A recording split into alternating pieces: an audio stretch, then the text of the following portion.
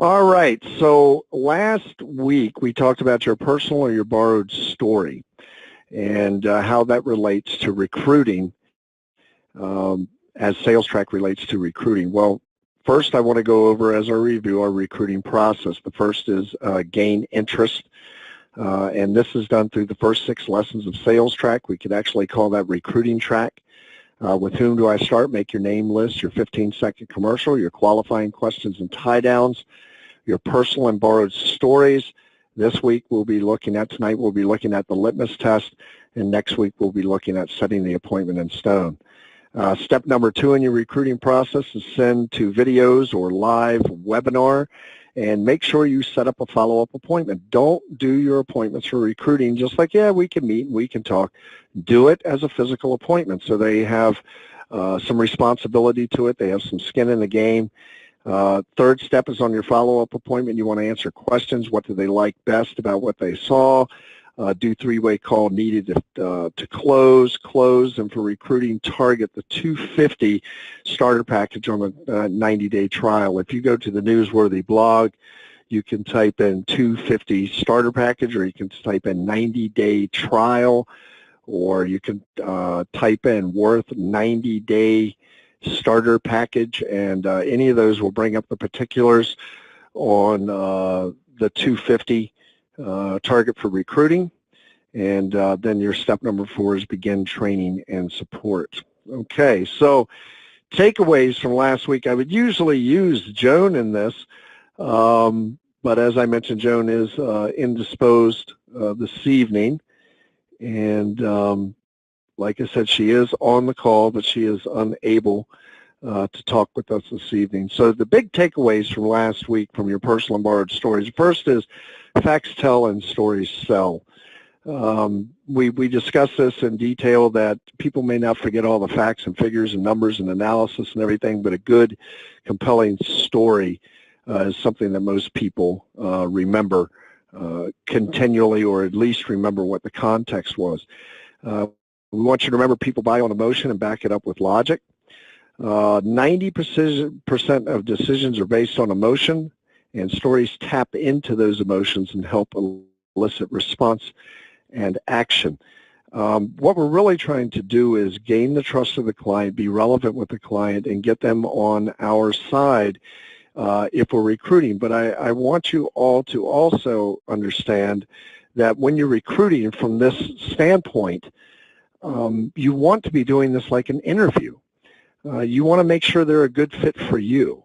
But when it comes to your personal and borrowed stories, you want to make sure that you use your own story to initially gain interest and start the conversation. Why did you join Worth Unlimited? Why did you become an agent? And what does that look like for you? Also use a relevant story that aligns with how they answered their qualifying questions and their tie downs. All of this integrates and intermixes to create a system where you're not only directing and kind of leading the prospect, whether they be for sales or recruiting, but it's also a track for you to run on and things for you to remember. One of the easiest ways to close somebody is use their own words. Reiterate what your client is saying back to you. Say things like, now I just want to make sure I have this right, or I want to make sure I have a clear understanding, or if I'm hearing you right, what you're saying is boom, boom, boom. All of this is very integral, but when you're bringing somebody in as a recruit to your business, you have to, one, want to know if they're a good fit for you and for your team. Do they bring a value add to your team? Are they a hard worker? Have they ever worked in direct sales? Do they have a name list of people to call? The one thing you don't want to get involved in is someone that all they do is call you and ask you questions, but they never make a sale. All they do is tell you what needs to be changed in the system, but they never adjust it or make a sale. Our system has been in place and been proven to work since 2007. So this is 10 years of utilizing this sales track process, this process of getting individuals interested in joining the company, and but doing it in the context of an interview. Once again, I just want to say, just because they can breathe steam on a mirror and they have a pulse does not mean they're a good fit for you and your team. Listen to other agents' stories. Listen to client stories. Make notations about these so you can build some relevant personal and borrowed stories. Keep them in the back of your mind and introduce a story when speaking with somebody in a similar situation. Changing a couple of the words around, changing the intent, changing the focus. That can be done with any personal or borrowed story to gear it towards sales or gear it towards recruiting. But in all of that, I want to say the most important thing is make your stories relevant. I also want to bring up to not just focus on their analysis story, other stories that they may have as being an agent or that you may have as being an agent, success with their business. The customer service experience that they may have had. How are they or you using the program in your lifestyle? Which aspects, tools do they like? Do they use the most? How did the program impact their life? How did joining the company impact their life? But do remember, this above all is a conversation that you're having with your client, so have the ability to be flexible.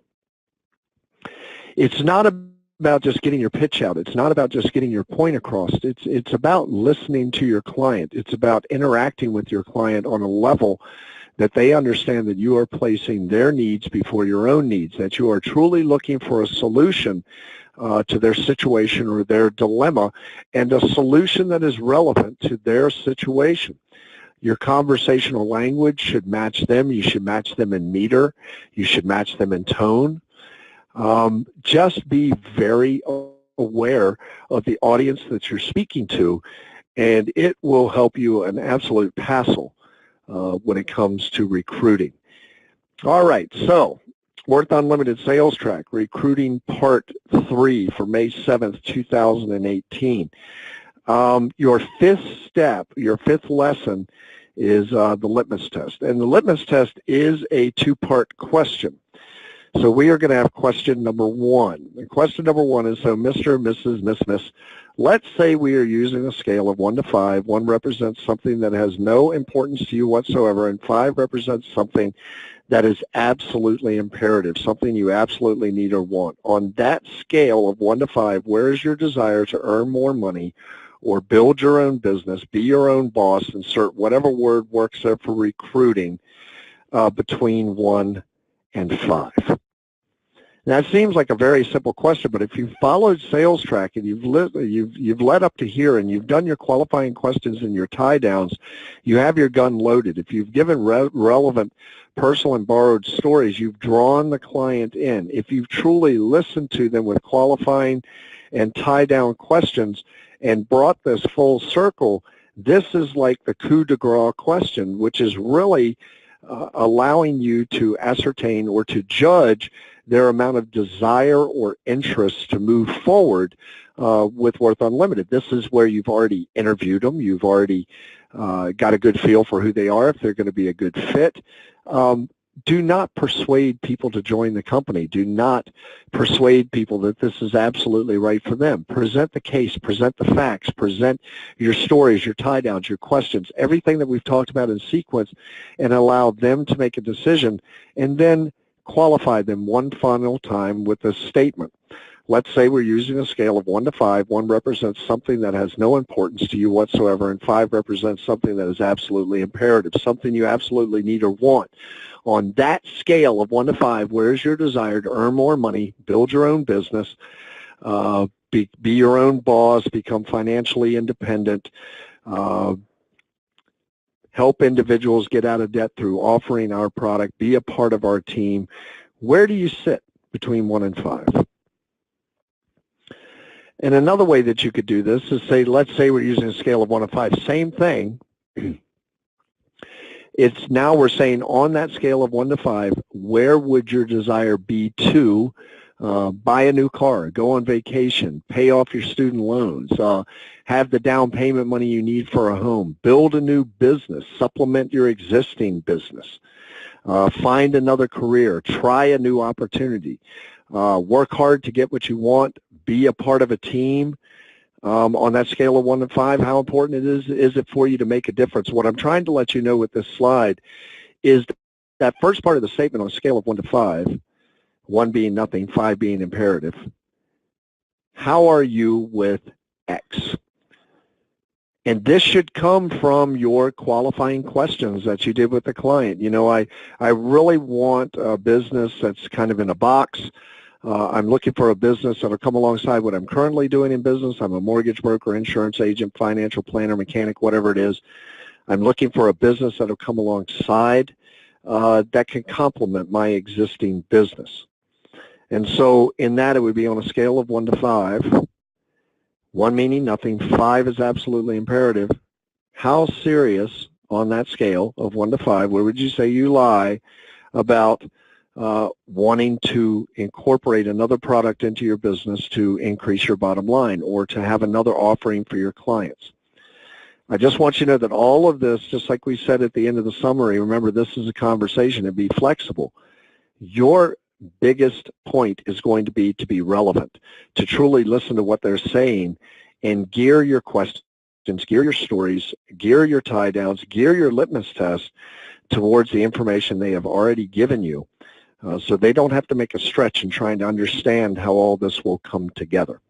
And so this screen was more just giving you some ideas of inserts between that 1 and 5 question. Most imperative with the litmus test, once you make that statement, allow for silence, no matter how difficult or uncomfortable that may be. Allow the time for them to process the information. Wait until the prospect answers your question before moving on. I'm pretty quick to respond. I don't take a lot of thought. When somebody asks me a question, I usually compute that pretty quick, and I give an answer pretty rapidly. Just an example, my wife is exactly the opposite of me. I have asked her a question before and literally waited a minute. And a minute doesn't sound long when you say a minute, but it's a long time when you're sitting there in silence. It almost feels like forever.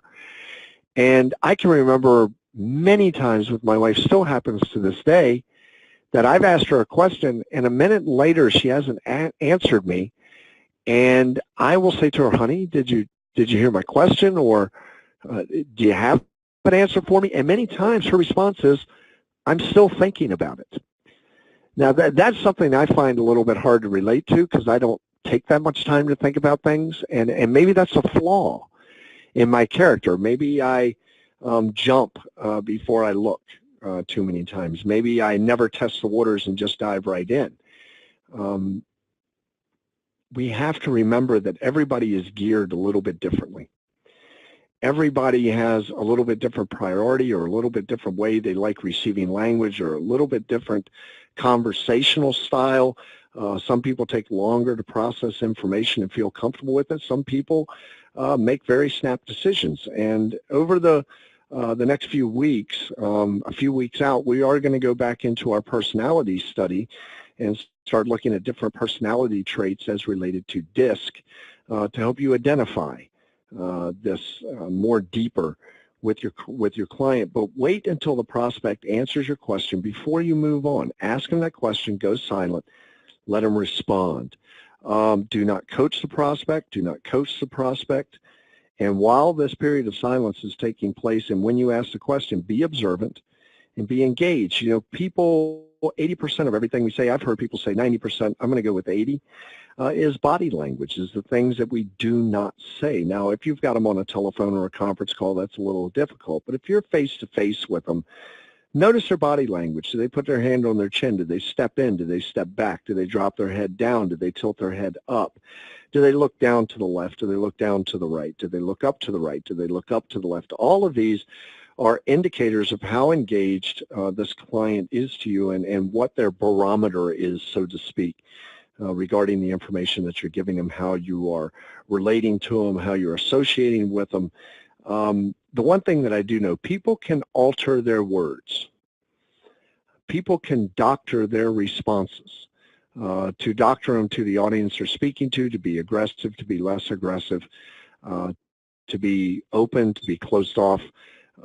That's pretty simple for most people to do, but body language, oddly enough, especially what they call micro expressions, body language typically does not lie. If you make a statement to your client and they fold their arms immediately upon that statement and look down at you through their eyebrows, that's not a position of comfort. If they raise their eyebrows up and kind of lean into you, maybe with their hand on their chin or looking at you to ask you another question, that's a more receptive posture. But body language can also be beguiling as well. If you have an extremely heavy individual sitting in front of you and they have their arms cross-rested on their stomach, it may not be that they're put off by you at all. They may just be comfortable resting their arms on their stomach. So you have to pay attention to all the little cues, all the little body language. And, you know, anybody that is 30 years of age plus should be tuned into body language, especially if you've ever been married or you've ever dated. It's that old thing of the wife saying, do whatever you want. Well, if you truly know your wife, and that is a typical response, and it's a good response, then you go do. If your wife's arms are folded looking up through her eyebrows after you just asked if you could go do something and she says, do whatever you want, and looks away, chances are that's a good way of telling you, yeah, you can go do that, but you're going to pay the price later. Be observant of your clients. Be observant of this whole process, this whole situation. Be observant of the conversation that you're having with the client. Is the client prospect for becoming an agent? Are they easily distracted? Can they stay on point? Can they stay on focus? When they're telling you or replying to one of your questions, are they rabbit trailing all over the place? Or are they defined? Can they almost bullet point it? Because you want people that are going to respect your time, but are going to work hard as well. I'm not saying that you should not help your agents or be involved with agents that are, you know, maybe a little bit more wordy than others. Just be prepared that what you're really looking for is somebody to join, write a name list, and go to work. And not spend the next month and a half in the library, not spend the next month and a half questioning the systems, not spend the next month and a half asking questions that really are not relevant to the sale or to the recruiting process. We have developed a process so it takes a lot of the hard work out of the game. It takes a lot of you having to reinvent the wheel out of the game. Our process is proven and tried. So we know this process works, and that's why we are so direct about saying we want you to follow this process. So let them respond first. So you've gone into silence, let them respond. They could respond with something like, what does 5 represent again? And it's something to throw you off track. Now, I don't know specifically, I can't say unequivocally that buyers try to throw the individual off. My experience tells me that most people do try to throw a salesman off track, a recruiter off track. I know myself, if I'm not having much of it or I'm not sure, I will say anything I can to throw them off track to get the sale or the recruiting into my court so I have control of the situation. Remember, whoever is asking the questions has control of the situation. So many times they'll say, what does 5 represent again? Or, you know, what does 1 represent again? Or could you give me that scale again? Ask me the question again. Something to throw you off track. Answer their question and then re-ask the same question. Well, 5 was not important at all, so let me just restate the question on a scale of 1 to 5. And reiterate your question and then be silent until they answer. This can be really difficult, this silence piece, but it is one of the biggest keys that you have to getting into the world of your prospect or your sale. Again, this goes back to respect. This goes back to allowing them the opportunity to process the information in the time that they need to understand what it is that you're truly offering, what that may look like for them, and then where are they on that? Is it really important to them, or is this just something they've been thinking about, okay? If they respond with a 1 or 2, they're not ready. That's just reality. It's not that important to them. There's not a sense of urgency to join the company. You're going to be more convincing and coaxing in this arena. So you might want to reply if there are 1 or 2, you know, if your situation ever changes and you'd like to know more, feel free to reach out to me, or could I circle the wagons with you in 6 months just to see if anything has changed in your situation. Or you could say something like, if earning more money or building your own business, independence, becoming your own boss, insert whatever you want to insert there that is relevant to what you've talked about, goes back to their qualifying and tie downs, ever becomes more of a priority for you, I'd like the opportunity to talk to you about that. Would that be okay with you? Leave the door open to revisit later. Never just close off any contact. Never just close off any prospect. Always leave that door open. If you don't move them forward in the recruiting process, or you don't move them forward in the sales process at that time, no many times means no for not right now. It doesn't mean no forever. So leave the door open for so you can revisit. Now, if they respond with a 3 or a 5, I'm midway or I'm a 5, ask the second question of the litmus test. And litmus test question number 2 goes like this. Great, so you say you are a 4 on that scale. May I ask you another question? You notice you're asking for permission. In each of these, you want to ask, may I ask you a question? Get their buy-in. It's polite above anything, but it also allows that client the ability to say, you know what, I really don't want to hear anymore. You know what, it's really a waste of my time. I'm not interested. And that's saving you time as well. So here comes the second part of the second question. Are you serious, or are you just curious about earning, insert whatever you want, extra money, building your own business, building independence, etc.? I know this really sounds so simple, but I have heard a lot of qualifying questions in my life. I have heard a lot of qualifying scenarios in my life. And to this date, this is the absolute best. If you've asked good qualifying questions, you've asked good tie downs, you've had relevant stories, you're moving the process forward, this really identifies how serious your client is about moving forward in that arena to join the company, or is it just something that they're playing around with? And I love the statement, are you serious, or are you just curious about insert whatever it is, earning great money, having a supplement to your current business, being your own boss, taking control of your financial future, building your own business, working hard for what you want to get out of this life. Again, with this second question, allow them the time to process the information so that that these words are coming from their mouth. These are things you're going to go back to. These are things you're going to go back to when you recruit. These are things you're going to go back to when you sell. But if it comes out of their mouth, you know what? Hey, I am a 5. Really, you're a 5, so you're like all in. Yes, I am. Okay, well, I need to ask you this question. Are you serious, or are you just curious about earning great money, building your business, whatever that is?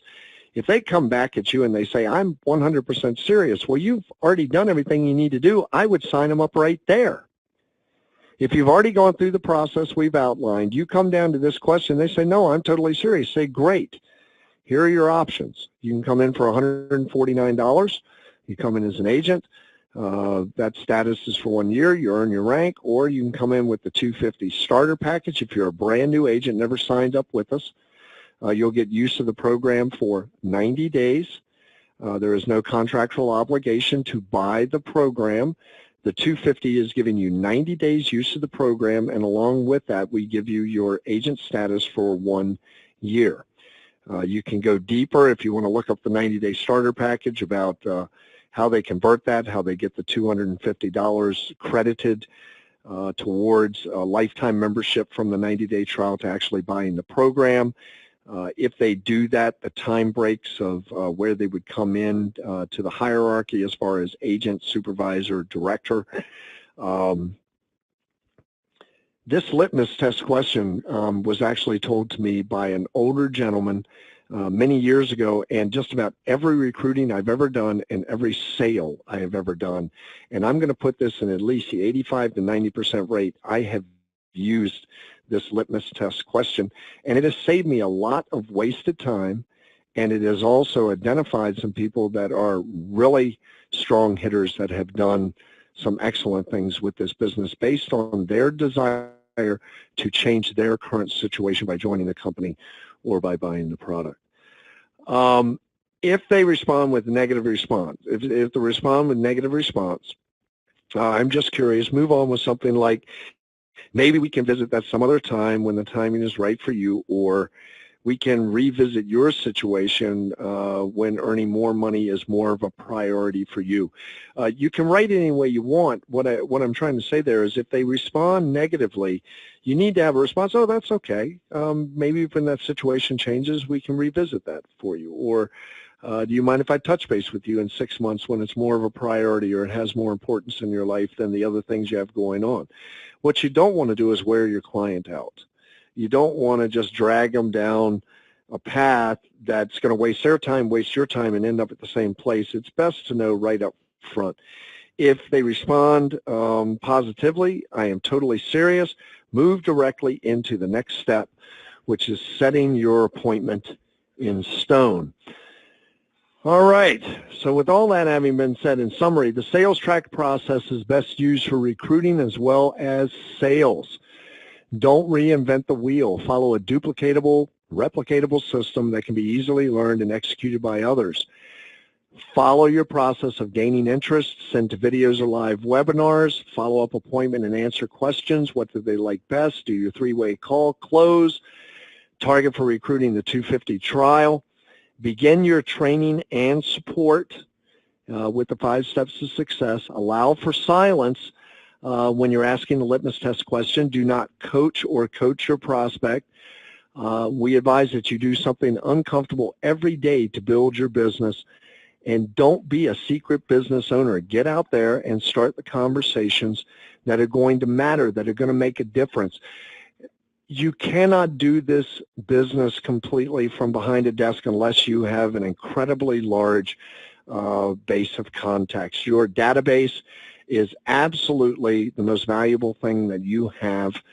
Your name list, your cell phone, the people that you can call, that you can reach out to, that you can talk to, that you can affect their lives, that you can affect change in their life and affect change in your own life. You know, I love this quote. This was a quote that Joan supplied for me. People accept the lives they live and do the things they do not because they have to, but because no one ever showed them an alternative. People accept the lives they live and do the things they do not because they have to, but because no one ever showed them an alternative. That's by Ron Bruder. I really enjoy that. How many of you have felt stuck? How many of you have felt like you have no room to wiggle? How many of you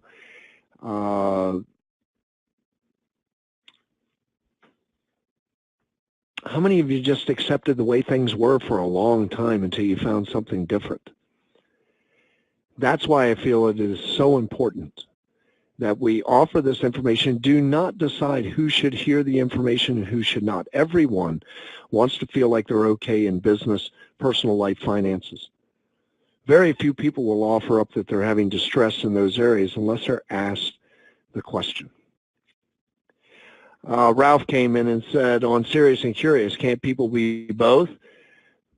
Yes, they can, Ralph. They absolutely can. But what we're really asking here is, are you serious about joining us? Or are you curious about, is this just a fleeting fancy? And I think we got that point across.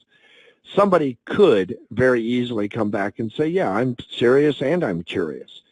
But if you've done your job up to that point, Ralph, and you've asked the qualifying questions, you've done the tie downs, you've done the gain interest, you've done all of that correctly, you're at a place right now where they already know a lot about the company. The curiosity piece should already be gone. And it should come down to, are you just curious about what it would look like to join us? Or are you serious about getting in and doing something with the business? And to be honest with you, Ralph, if somebody is just curious after I've gone through that process with them, they are not a good fit for me. I want people to come onto my business that are gung-ho, that are ready to go, that are looking to make money, looking to build a business, looking to change their situation, their future.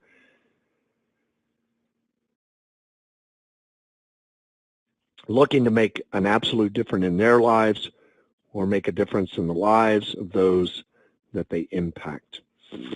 I want to thank everybody for joining us this evening for the Worth Unlimited Agent Update and Sales Track Training. If you have any questions, concerns, or comments, you can reach out to me directly.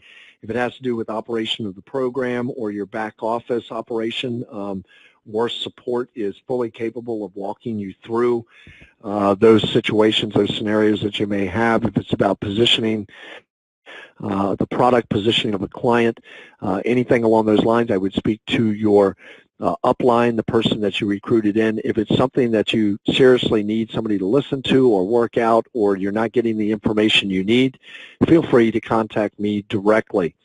Once again, I want to thank everybody joining us for the Worth Agent Update and Sales Track Training for May 7th, 2018.